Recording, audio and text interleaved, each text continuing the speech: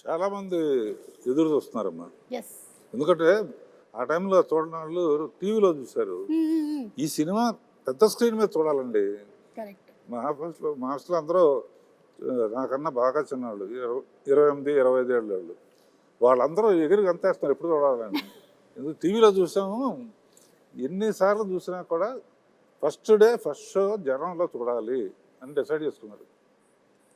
అలా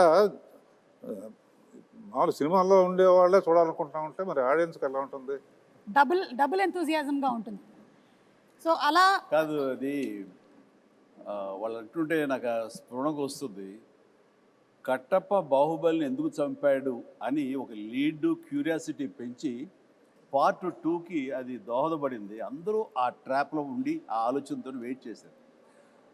ఆ జగదేక వీరుడు అతిలోక సుందరంలో చిరంజీవి విసిరేసినటువంటి ఆ రింగుని చేప మింగింది.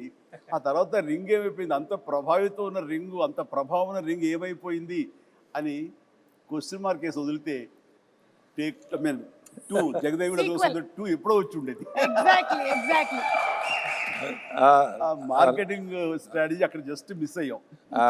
రింగు చేప నోట్లో మింగటం గ్రాఫిక్ కాదు, ఆయన తీశారు విన్సెంట్ గారు. ఒకవేళ గనక ఈ సినిమా సీక్వెల్ కానీ లేకపోతే మళ్ళీ చేస్తే ఎవరు చేస్తే బాగుంటుంది?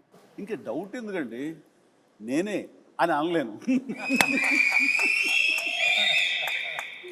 నిజంగా నన్నే అక్కడ పెడితే కనుక అలాగే ఉండేందుకు అన్ని రకాల ప్రయత్నాలు చేస్తాను. అలాగే ఉంటాను, రాణిస్తాను, రెప్పిస్తాను. కాకపోతే అలా అనడం అనేది కొంచెం అంబిషియస్ అవుతుంది. కాబట్టి అవ్వదండి, నా ఉద్దేశం రామ్ చరణ్ అలాగే శ్రీదేవి కూతురు జాహ్నవి చేస్తే బాగుంటుంది.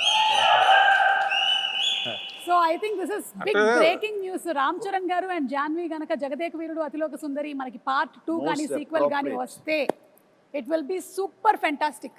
సో ఇప్పుడు అందరి నెక్స్ట్ జనరేషన్ వాళ్ళు ఈ జగదేక వీరుడు అతిలోక సుందరి చేస్తే, అంటే జాహ్నవి, రామ్ చరణ్ అండ్ అనుకుంటే నా ప్రొడ్యూసర్గా వాళ్ళ కూతుళ్ళు అనుకుంటే వీణ పర్యవేక్షణ ఉండాలి, ఖచ్చితంగా ఒక నిఘా ఉండాలి.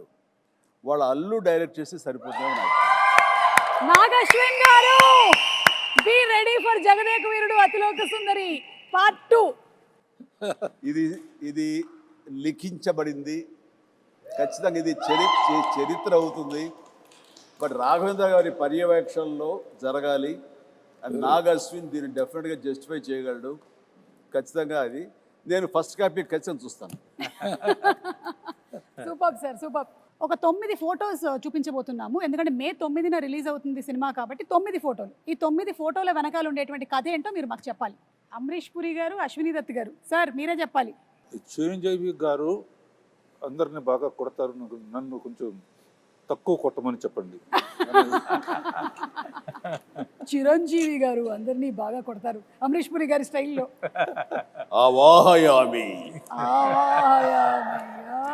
ఎంత ఇస్తావు దత్తు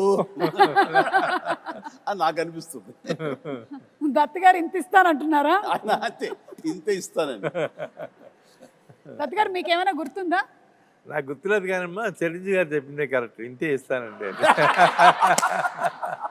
ఓకే, పిక్చర్ నెంబర్ 2. 105 డిగ్రీల జ్వరాన్ని కూడా లెక్క చేయకుండా నటించి మే 9వ తేదీన చిత్రం విడుదల కావడానికి కారకుడైనటువంటి సుప్రీం చిరంజీవి నిజంగా చిత్ర జగదేక వీరుడు, మనసున్న మహా మనిషి.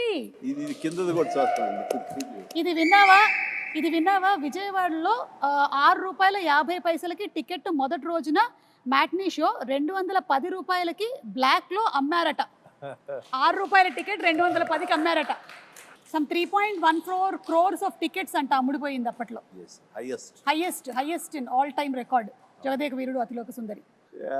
అంటే శ్రీదేవి నాకు ఒక గిఫ్ట్ ఇచ్చింది, ఒక chess, very small chess board with అప్పుడు అది ఎలక్ట్రానిక్ అది, బట్ ఫిజికల్గా మనం లిఫ్ట్ చేసి పెట్టి తప్ప టచ్ ప్యాడ్ లా కాదు. పెడుతుంటే అది కౌంటర్ మళ్ళీ వెయిట్ చేస్తుంది. మనకి కంప్యూటర్ ఆడుతుంది ఒక్కోసారి, లేదంటే తను ఇంగ్లాండ్లో ఎక్కడో కొనుక్కుందంటే తీసుకొచ్చి నాకు గిఫ్ట్ ఇచ్చింది.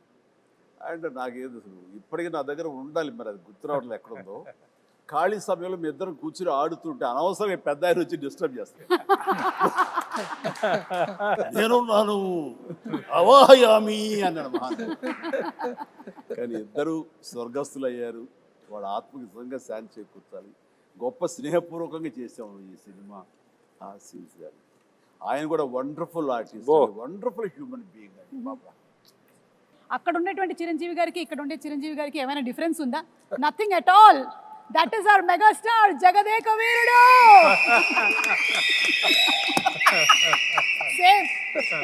Same to same. అంటే I love it. It is not an easy thing Chiranjeevi garu. ఇన్ని సంవత్సరాల పాటు ఆ స్టార్డమ్ మీది అలాగే కంటిన్యూ అవుతూ మీరు ఇప్పటికీ అన్ని సినిమాలు చేస్తూ చిన్నపిల్లల దగ్గర నుంచి పెద్దవాళ్ళ వరకు అందరూ మిమ్మల్ని ఇలా లైక్ చేస్తూ ఉన్నారంటే hats off to you, hats off to you. Great. First షాటా సార్? ఎగ్జాక్ట్లీ. అండ్ ఆ క్యాసినో సీన్ షూట్ చేశారా సార్? ఏమండి? ఆ క్యాసినోకి వెళ్తారు. యా, క్యాజినోలోకి వెళ్తాం కదా, వెళ్ళి అర్ధచంద్రాకారం ఒక కట్అవుట్ ఉంటుంది, దాని వెనకాల ఫోటో దిగితే అది ఎంత ఇంపార్టెంట్ సీన్ అంటే ఆ ఫోటోలో మేమందరం ఉంటాం. నేను పిల్లలు శ్రీదేవితో కలిపి దిగిన శ్రీదేవి గాయబ్ అయిపోతుంది, ఉండదు. ఎందుకు ఉండదు అనే దాని మీద మాకు ఫస్ట్ క్లూ, ఈ అమ్మాయి ఏమన్నా మానవ కన్య కాదా, ఇది అసామాన్య కన్య అనే డౌట్ వస్తుంది. అది సినిమాకి చాలా కీలకమైన సీన్ తర్వాత. కరెక్ట్. అండ్ అమ్మాయి మామూలు మనిషి కాదు అని నా రికలెక్షన్స్లో ఇది ఒక రికలెక్షన్. అది ముహూర్తం షాట్గా పెట్టారు, అక్కడ ఫైట్ అది చేయటం బాగుంది. ఊటీలో సీన్ ఇదేనా సార్? ఇదేనమ్మా నేను చెప్పిన సీన్. చలికి వణుకుతూ, అదేమో వీళ్ళందరూ అనుకుంటున్నారు చిరంజీవి ఆవేశంతో వణుకుతున్నాడు ఫైట్గా అనుకుంటారు, అది లోపల చలికి వణుకుతున్నారు. ఏదో మ్యాచ్ అయిపోయింది, కుదిరిపోయింది. నేను మటుకు షాల్ వేసుకుని ఉన్నాను చూడ లాస్ట్లో. అదే మీరు షాల్ వేసుకొని ఉన్నారు. మీరు షాల్ జస్ట్ టవల్ లాగా వేసుకొని ఉన్నారు, కానీ మీరు కూడా ఏమి షాల్ కప్పుకొని లేరు. కాదు, ఇదేమో బేర్ బాడీ. ఆ చలి అసలు మామూలు చలి కాదు. అప్పుడు ఆంజనేయ స్వామి గెటప్ వేసిన మేకప్ అండ్ స్టిల్ ఇక్కడే ఉన్నాడు. అవునా? ఒకసారి వచ్చి కనిపించవయ్యా శివ. ఆ మేకప్ వేసి ఆ చేతులు అవి అతను వేయాలి. మీ దగ్గర ఉండేటువంటి ఆర్టిస్టుల్ని అలాగే మీ దగ్గర ఉండేటువంటి టెక్నీషియన్స్ని చిరంజీవి గారు మీరు ఎలా గౌరవిస్తారు అని, అలాగే మీతో పాటు ఇన్ని సంవత్సరాల పాటు ఒక టెక్నీషియన్ ట్రావెల్ చేశాడంటే అది నిజంగా మీ పెద్ద మనసుకి తార్కాణం. గుర్తుకు వస్తుంది ఇప్పుడే ఆ గెటప్ వేసిన ఆంజనేయ స్వామి గెటప్ వేసిన పంచుగుట్టిన షాజీ ఇక్కడే ఉన్నాడు. కాదు సార్, నువ్వు ఇంకా నాకు చిన్నపిల్లలాగా అప్పుడు కూడా కష్టపడి అవన్నీ చేసేవాడు. అప్పుడు రకరకాల స్టైల్స్ ఏదైనా సరే తనే చేసేవాడు. బట్ సాంగ్స్కు మాత్రం ఈయన బాంబే నుంచి స్పెషల్ కాస్ట్యూమ్ చేయించేవారు. అది ఎవరంటే అతను కిషోర్, బడా సాబ్ కిషోర్. బట్ ఇవన్నీ లోకల్వి, ఈ మైథాలజీ కానివ్వండి, రెగ్యులర్గా వేసుకునే డ్రెస్సెస్ కానీ షాజీ చేశాడు.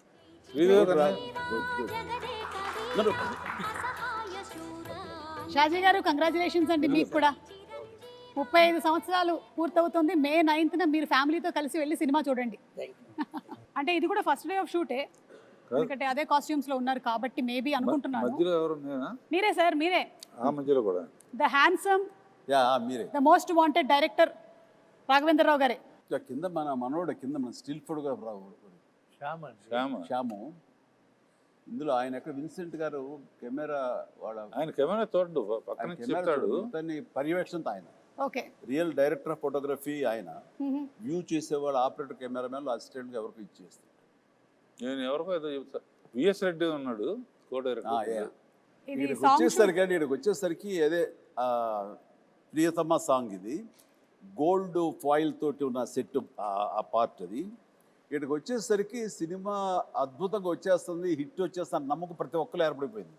అందులో మా అందరి మొహం చూడ ఓవర్ కాన్ఫిడెన్స్ ఉంటుంది. ఇక్కడ రాఘవేంద్రరావు గారు శాలువా కప్పుకొని కూర్చొని ఉన్నారు ఊటీలో, మాకు అర్థమవుతుంది ఆ చలి. మీరు సెలెక్ట్ చేసిన యమ అందం సాంగ్.